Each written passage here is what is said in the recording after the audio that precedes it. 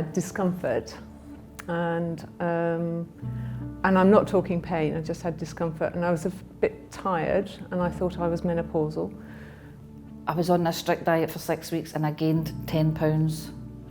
And I went to the doctors and they were treating me for gallstones. And then my doctor got me a scan and came back and says, I think there's something wrong, Lorraine. When the news was given, I knew it was grave because of the way he spoke.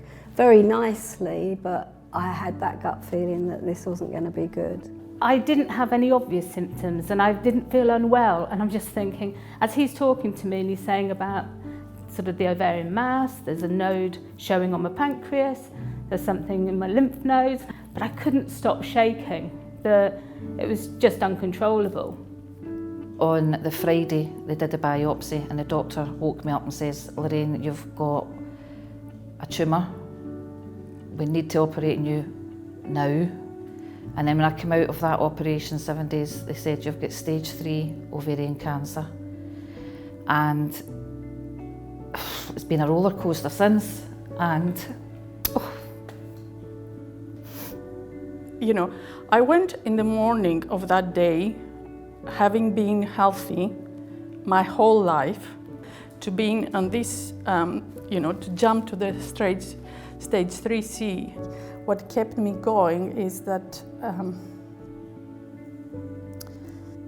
I don't want to leave my daughter.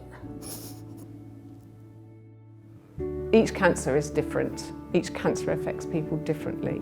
They sent me for a genetic test to see whether I was BRCA1, BRCA2. That's part of the scenario as to why I am clear at this moment, I believe.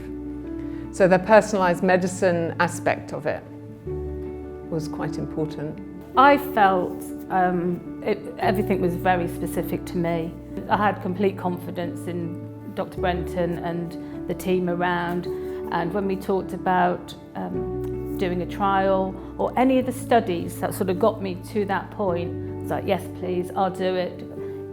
You're offering it to me, I'm fortunate to have it offered. I think we at Cambridge are changing the story of ovarian cancer in several ways.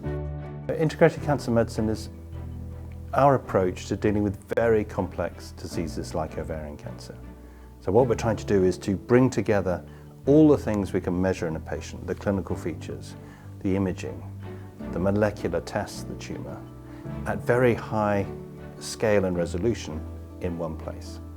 And a big focus for us at the moment is taking the imaging and putting that together with the molecular tests, the cancer gene tests that we're doing on patients, and really trying to bring those together in a way that's comprehensive and can be done for patients in the clinic. And I just want to highlight how important patients have been in this journey and will be in the journey ahead, not just by participating in the research studies, but also working with us to help frame the questions, to tell us when we're not quite getting it right, and by improving the patient experience at every step along the way. And I think these factors are now changing the narrative and moving the disease from something that hasn't really changed for over 25 years to a disease where women can look forward to living longer and I hope being cured of what is a terrible disease.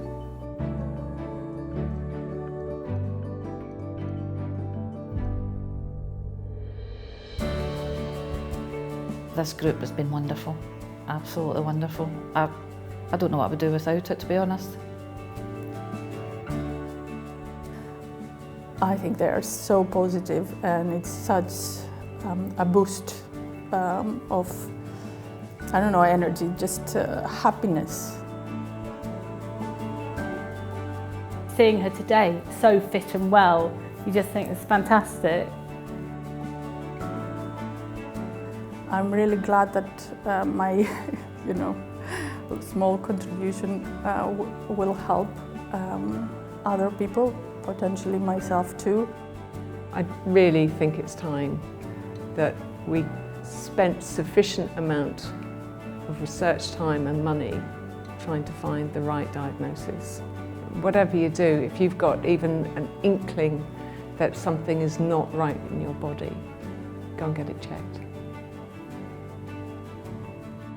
Well, I'm really hoping that with all the research and the trials and that that they can detect ovarian cancer early, because every single one of us have been found advanced, and if they could find it early, they could save a lot more women.